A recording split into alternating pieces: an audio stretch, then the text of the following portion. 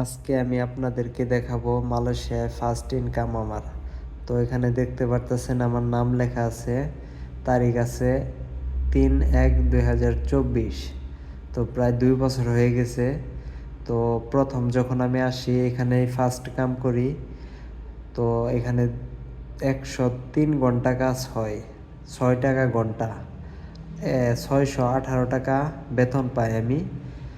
তো দেখতে পারতেছেন 618 টাকা, এটাই হচ্ছে মালয়েশিয়ায় ফার্স্ট ইনকাম আমার।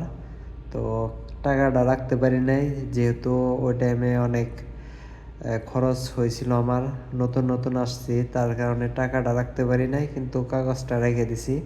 কাগজটা এখনও আছে, তো আপনাদেরকে দেখাতে চাই, ভাবলাম দেখায় আপনাদেরকে, কারণ মালয়েশিয়াতে আপনারা অনেকে আসতে চান। তো দেখতে পারতেছেন মাত্র 6 টাকা ঘন্টা কাজ করেছিলাম আমি। 103 ঘন্টা কাজ করে 618 টাকা বেতন পাইছিলাম আমি।